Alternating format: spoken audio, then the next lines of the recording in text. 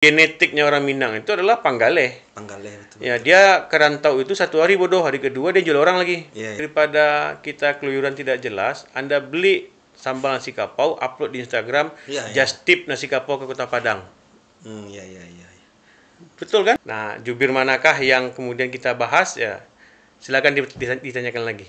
Ketika anak-anak muda ini baru tamat, kemana? Ya, kita sediakan nagari kreatif itu. Di nagari-nagari itu punya satu tempat di mana bertemunya dunia goib dengan dunia nyata.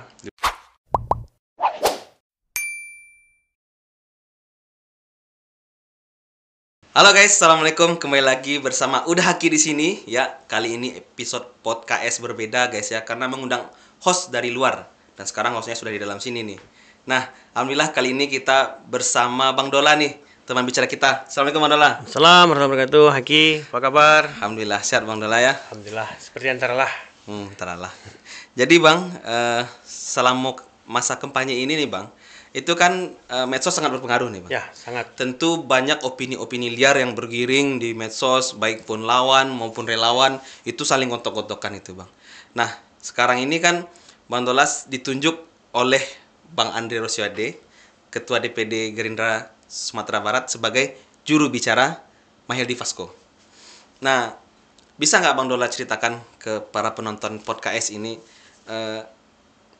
secara singkat, kenapa Bang Andre menunjuk Bang Dola dan apa aja cerita-cerita yang dari Bang Dola bisa kasih tahu kepada penonton? Silakan Bang. Jadi kita membahas sosial media dulu apa membahas sejarahnya kenapa saya jadi juru bicara? Nah, jadi jubir dulu nih Bang. Oke, jadi jubir. Oke. Jadi waktu itu ada Bang Levi nelpon masuk tim, kita berkoalisi dengan PKS mendukung Buya dan saya katakan oke. Dan kemudian saya bertemu Bang Andre juga bicara untuk jadi tim dan kita bikin saja rilisnya. Bang Andre tunjuk Dola Indra sebagai jubir. Jadi sesimpel itu, tidak ribet, itu ya? tidak ada macam-macam, langsung straight to the point. Langsung straight to the point. Kalau sebagai jubir Bang, itu kan nanti outputnya nanti kan akan memberikan opini di medsos gitu kan. Juga memberikan tanggapan-tanggapan terkait program-program unggulan yang ada selama kampanye ini oleh Mahyildi Fasco. Itu dari Abang sendiri itu gimana cara menanggapi nya sebagai jubir gitu? Oke, jubir itu kan dalam artian sebagai orang yang menyambungkan komunikasi kandidat, entah itu dalam bentuk gagasan atau visi misi kepada publik secara terbuka. Dan jubir itu juga bertanggung jawab dalam hal memframing si kandidat untuk terberitakan dengan cara yang baik. Jadi apa yang saya lakukan selama ini ya tentu tidak lepas dari dua fungsi utama itu. Ketika ada memang pemberitaan yang harus kita luruskan karena memang arahan dari Uda Fasco itu kita tidak boleh menyerang. Kita hanya mengcounter, kemudian mengklarifikasi apapun yang memang dirasa itu negatif campaign atau fitnah yang memang terjadi selama ini. Kalau kami sendiri juga selain itu juga menyampaikan visi misi dari kandidat kita. Kemudian juga program unggulan dari kandidat kita sesuai dengan segmennya. Jadi jubir itu ada beberapa orang dan kita membaginya sesuai dengan kapasitas keilmuan kita. Kemudian juga di latar belakang pendidikan, latar belakang pekerjaan kita. Saya sendiri juga di IT, maka saya pribadi itu tidak jauh-jauh dari hal IT. Termasuk dalam hal membangun opini di dunia media sosial. Sejauh ini jubir, saya kira untuk jubirnya Mahyildi Fasco baik, tidak ada kendala dan tidak ada masalah. Nah, jubir manakah yang kemudian kita bahas ya? Silakan ditanyakan lagi. Berarti Bang Dola ini spesifiknya guys di IT. Ya. Nah, kalau misalkannya ini kan bersinggungan langsung ini dengan lintas antar netizen ini kan. Kalau gimana cara Bang Dola menanggapi kalau ada serangan yang benar-benar verbal dan negatif itu Bang? Dari pihak lawan maupun swing voters gitu kan, yang kalau kita lihat kan rata-rata ini mereka sudah menyiapkan bahan dan itu satu nada, satu arah gitu kan. Contoh mengalihkan isu dan membesar-besarkan isu selama 15 tahun gitu kan. Kan sebenarnya kan nggak 15 tahun kan Bang? Ya. Dalam tanda kutip itu sebenarnya kan 13 tahun plus 7 bulan kan pemerintahan kata dalam tanda kutip ini PKS. Sebenarnya kan beda. Menurut Abang gimana nih? Itu kan ada sebelumnya Pak IP 2 periode, kemudian Mahyildi. Tapi lawan memframing itu menjadi angka yang sangat besar gitu. Dan di framing lah, Sumbarni nggak maju lah, Sumbarni tertinggal lah. Gimana menurut Abang sebagai jubir untuk memberikan klarifikasi itu? Oke, jadi kita tuh dikatakan tidak bekerja. Ini terlepas dari 10 tahun 2020 ke bawah dulu ya. Jadi lepas dari itu dulu. Jadi kita bicara Buya Mahyildi dulu. Dan tidak bekerja sebagainya. Tapi kalau kita tidak ingin menutup mata, awal-awal Buya itu kan ketemu dengan COVID. Oh iya, benar. COVID, 2020 APBD COVID itu banyak habis. dikondisikan untuk mendukung COVID diberantas, membantu perekonomian masyarakat. Iya, Dan kalau kita ingin jujur lagi, data-data kita itu Gini rasio Sumatera Barat itu 3 terbaik. 3 terbaik di Indonesia. Karena memang Gini rasio itu adalah ketimpangan antara si kaya dan si Nah, miskin. betul tuh Bang. Jadi banyak juga yang bertanya kan kata-kata generasio ini orang banyak belum paham, Bang. Berarti generasio itu adalah ketimpangan antara si kaya dengan si miskin itu gitu. sangat kecil. Jadi iya. tidak ada yang kaya-kaya betul di Sumatera Barat ini, juga nggak ada yang miskin-miskin betul betul sampai nggak bisa makan. Jadi kita di Sumatera Barat ini generasi terbaik, dan itu membuktikan perekonomian Sumatera Barat sebenarnya bekerja dengan baik. Kalau kemudian kita pertumbuhan ekonomi kita juga terus membaik di masa Covid, memang terjadi kontraksi yang sekitar 1-2% saya lupa, tapi kemudian sampai hari ini kan selalu naik. Itu tidak bisa kita tutup juga datanya. Kalau ada yang mengkritik datanya Cik Ica, tanya pada data BPS. Iya. Berarti selama ini kalau anggaplah swing voter maupun lawan sebelahnya ini mainframe yang negatif, berarti jubir sudah menyiapkan datanya, berarti begitu ya Bang ya? Kita tidak bermain opini, tapi kita bermain data. Kalau untuk opini mungkin ya silakan dari kandidat lain, tapi sorry, kita terbiasa bicara berdasarkan data yang kemudian dianalisa. Nah, analisa itu yang kita bahasakan kepada masyarakat dengan bahasa yang paling sederhana kita bisa. Iya. Sehingga masyarakat gampang mencernanya ya Bang ya? Masyarakat gampang mencernanya dan memahami apa maksud dan tujuan dari visi misi kita. Tanpa harus marah-marah, maki-maki, atau merendahkan orang. Artinya adem ya Bang ya? Kalau saya paling ingat tuh kata-kata Bang Vasco tuh, terangkan lilin kita, jangan padamkan lilin orang lain gitu ya Bang. Kita tidak perlu menjatuhkan mangga yang sudah busuk. Oke Bang Dola, tidak terasa kita sudah beberapa pembahasan kali ini. Sepertinya kita butuh seperti siraman air kayaknya.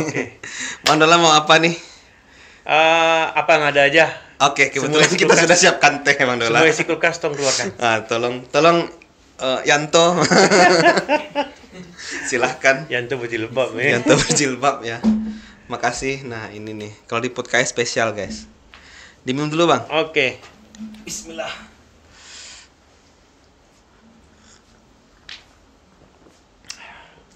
Alhamdulillah.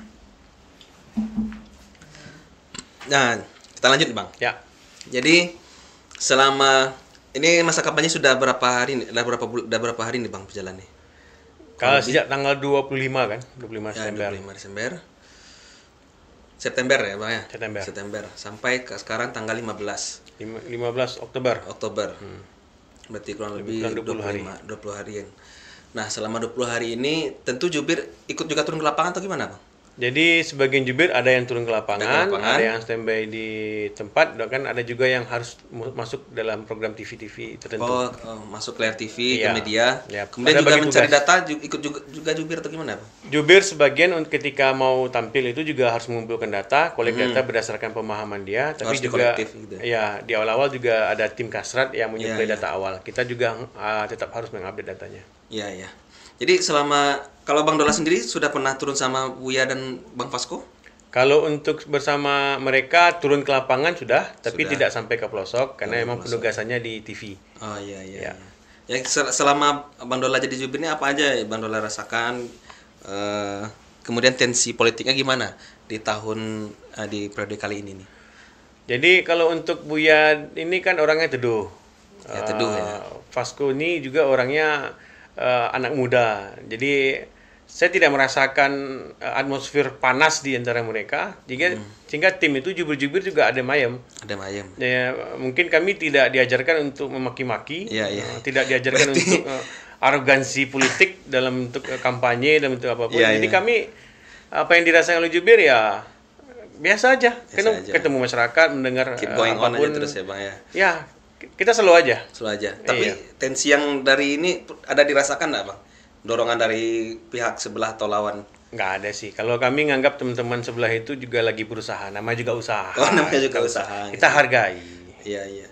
Berarti sepantasnya teman-teman yang nonton ya juga harus merasakan apa yang dirasakan oleh jubir juga sebenarnya kan. Ya. Karena orang banyak juga nih Bang yang terpancing emosi gara-gara beberapa pemberitaan-pemberitaan di media ya, stage video dari debat, kemudian penyampaian visi misi yang dilakukan oleh program-program lembaga-lembaga tertentu kan. Itu kan banyak yang mengarahkan kita bahwasanya kita tuh terpancing dengan konten-konten yang ya jatuhnya framing negatif lah gitulah Bang. Jadi kalau kita ofisial di tim itu mungkin hampir tidak pernah mengklarifikasi tentang kesalahan dari kandidat kita. Karena nggak pernah salah. Karena hampir tidak ditemukan kesalahan yang patut untuk diklarifikasi. Jadi jubir kan bertugas ketika ada masalah. Kalau untuk mengklarifikasi itu. Dan di 2 debat ataupun 2 dialog publik terakhir yang mempertemukan 2 kandidat itu, satu di UNP, keduanya itu di UNAN. Dan saya hadir kedua-duanya, saya nonton kedua-duanya. Saya kira penampilan Buya itu lebih jelas, lebih tegas dalam hal penyampaian visi misi. Dan apa yang sudah beliau lakukan 5 tahun terakhir, beberapa tahun terakhir, dan itu disampaikan dengan cara yang santun. Udah Fasko itu di UNP, sedangkan Buya di UNAN. Jadi ada pembagian tugas dari mereka agar memang ketemu dengan masyarakatnya tidak hilang, dengan publik yang akademik ini juga tidak. Kampanye tetap jalan, kemudian yang program di ofisialnya juga jalan juga. Gitu. Jadi itulah kami merasakan enjoy di tim ini karena memang Buya dan Uda Fasko itu insya Allah tepat untuk Sumatera Barat yang teduh. Iya. Berarti slogan gerak cepat untuk Sumbar ini, apakah dari jubir sendiri adakah unek-unek ataukah sudah tepat nih Bang ketika nanti menyampaikan ke masyarakat? Ada nggak nanti kan ada Bang sudah juga ikut sama Buya di acara-acara itu kan? Berpengaruh nggak slogan gerak cepat untuk Sumbar ini ketika Abang akan menyampaikan sesuatu? Karena kan sejatinya kan Buya Mel itu kan sebelumnya ke petahana. Ada juga yang framing jadi selama ini Buya sebelumnya apakah belum bergerak cepat atau mau kemana nih dilangkahkan gerak cepatnya ini gitu kan? Kan itu jadi pertanyaan tuh Bang. Jadi pasca COVID itu kan cukup menyerap energi kita dalam hal ekonomi. Jadi masuknya Uda Fasko yang merupakan kader presiden terpilih dan Buya ini adalah calon gubernur yang ditunjuk oleh Bapak Presiden kita, Bapak Prabowo Subianto. Kombinasi 2 tokoh ini mewakili 2 partai besar, terutama di Sumatera Barat, akan membuat akselerasi itu lebih bagus. Berarti yang awalnya cepat makin dicepatkan lagi. Jadi makin tidak benar kalau Buya ini berjalannya lambat, tapi memang pasca COVID itu kan kita ngerem. Kontraksi ekonomi kita tuh di seluruh dunia itu terjadi dan kita mulai merangkak naik. Nah, kita masuk Fasko sebagai wakil gubernur, wakilnya Buya, orangnya Bapak Presiden kita, Pak Prabowo Subianto, akan mempercepat pembangunan Sumatera Barat itu. Lebih jelas, lebih konkret. Jadi kalau ada yang ngaku-ngaku mereka dulu adalah tim pemenangan Pak Prabowo, mohon maaf, Bang Andre itu ketua tim pemenangan. Ketua tim pemenangan Prabowo Subianto, dan sekretaris tim pemenangan Meli Fasko adalah kapten timnas Anies. Tim Anies. Jadi ini bersatunya dua kubu besar nih Bang. Kubu besar politik nasional yang ada di lokal. Betul. Dan itulah memang kedewasaan 2 politisi kita ini. Baik itu Bang Andre yang selama ini mungkin kita kenal vokal. Bang Andre vokal itu Bang. Dari mulai beliau dilantik dan mulai Buya dilantik juga tuh Bang. Vokal sekali mengkritisi Buya. Bang Andre itu dia memang aktivis sejak di kampus. Dia di BEM Indonesia, dia juga di kami. Pendidikan organisasi dia sejak kampus itu memang menghasilkan ya seperti itulah Andre Rosiade yang memang Berpikir kritis. berpikir kritis, tapi dia konstruktif. Ya, betul. Hampir tidak ada yang dia kritik itu tidak dia selesaikan, dia bantu menyelesaikan.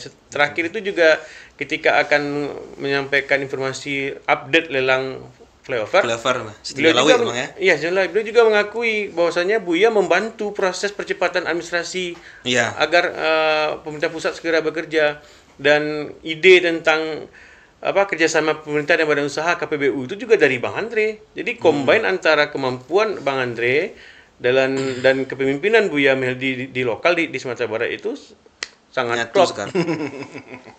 Karena aja yang lain. Nah, waktu debat kan makin dekat nih Bang. 27 Oktober ya Bang ya. Debat resmi KPU. Tanggal 13 bukan? 13. Ya, yang Oktober ya. Ya, Oktober kan Bang.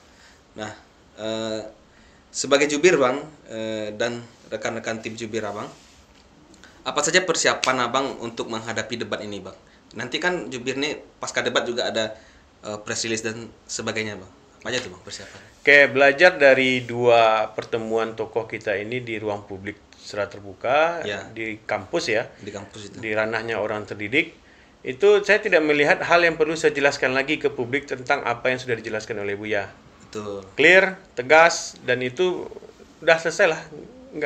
Nggak ada lagi yang perlu kita klarifikasi.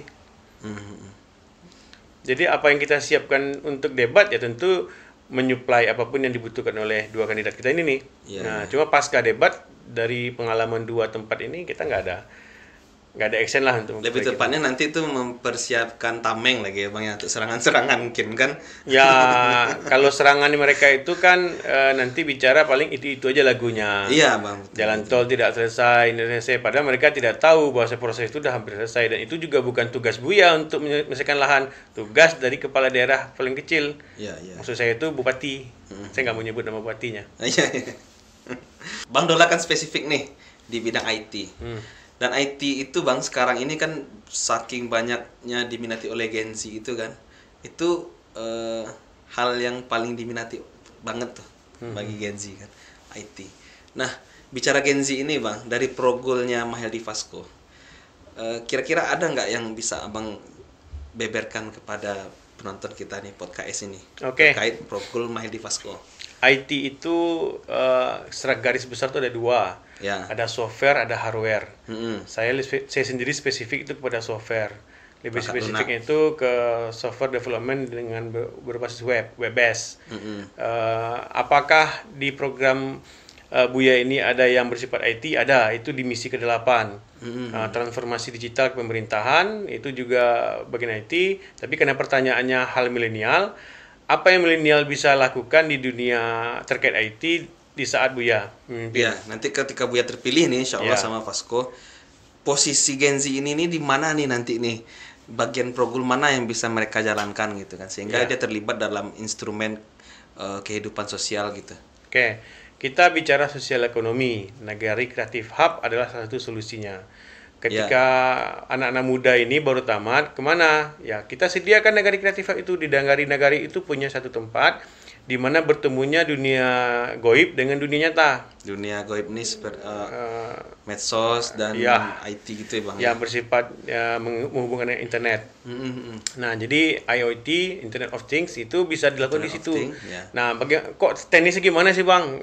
Ya itu kan masih agak meraba-raba Abang, ya. Nagari Kreatif Hub. Ya. Nagari ini tradisional, kreatif ini pola berpikir, hub ini adalah integrasinya. Ya, Nah, betul. itu kan. Jadi sederhananya kalau Haki selesai kuliah, Haki bingung mau ngapain, Haki pergi ke satu nagari dan menggali potensi di situ. Misalnya ada kerajinan tangan, olahan tangan seperti bikin keranjang. Ya. Nah, apa yang Haki lakukan? Foto produknya, Mm. upload ke Shopee. Mm. Kalau hal yang lain apa? Ada satu nagari yang bagus, misalnya kita sudah lihat itu di Sitinjolawi, Ya. cuma modal kamera Modal dan kamera kemauan. menghasilkan cuan juga di situ. Ada Awalnya cuannya. hobi menjadi Hobi yang dibayar. yang dibayar. Hobi yang dikonten itu kemudian dibayar. Jadi apakah cuma kerajinan tangan? Enggak. Nanti seperti di daerah pesisir, baik itu dari Pasaman Barat sampai ke pesisir selatan. Nah, teman-teman yang memang hobi di dunia bahari, jual Iya, paketnya. jual paketnya ya. Jual paket. Misalkan kalau pandai sedikit berbahasa Inggris, bikin Jadi website, tutor, ya. bikin website, kemudian jual paket wisata ke Mentawai. Itu dolar mainnya.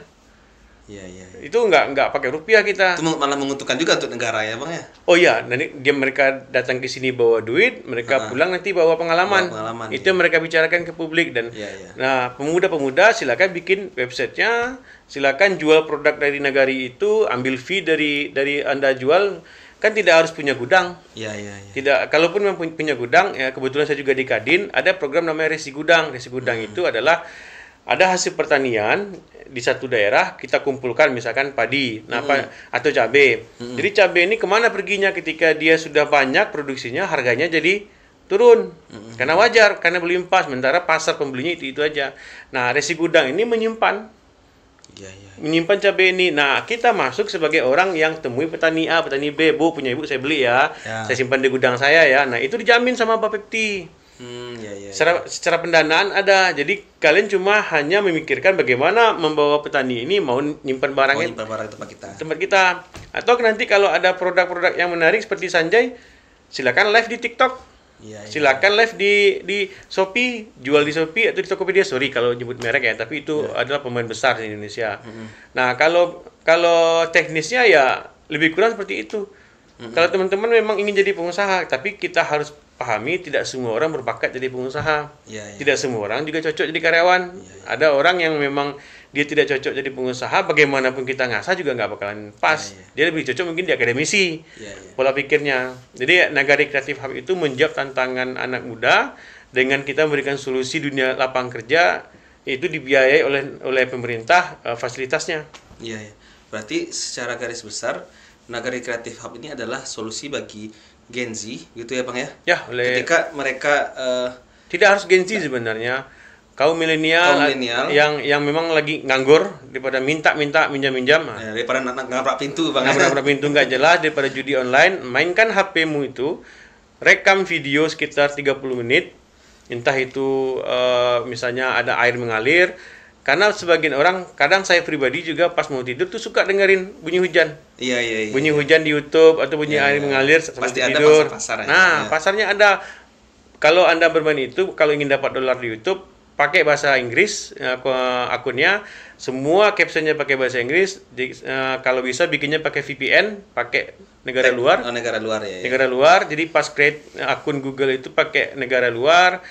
Nanti kontennya berbahasa Inggris, jadi bayarnya itu juga dolar. Iya, iya. Ya kalau anak-anak baru tamat kuliah pasti TOEFL-nya tinggi-tinggi itu, Bang ya. Enggak luar juga biasa sih sekali. kalau yang tidak mau belajar juga nggak bisa. Luar biasa nih, guys. Berarti salah satu pemaparan luar biasa seperti Bang Dola sampaikan tadi itu termasuk dari pembinaan Creative Hub juga berarti, Bang ya. Iya, jadi Creative Hub luar itu biasa. selain fasilitas memang ada pembinaan SDM oleh tim terkait. Nanti Iya, juga iya, ada tim yang langsung akan dihandle oleh Udafasco ini.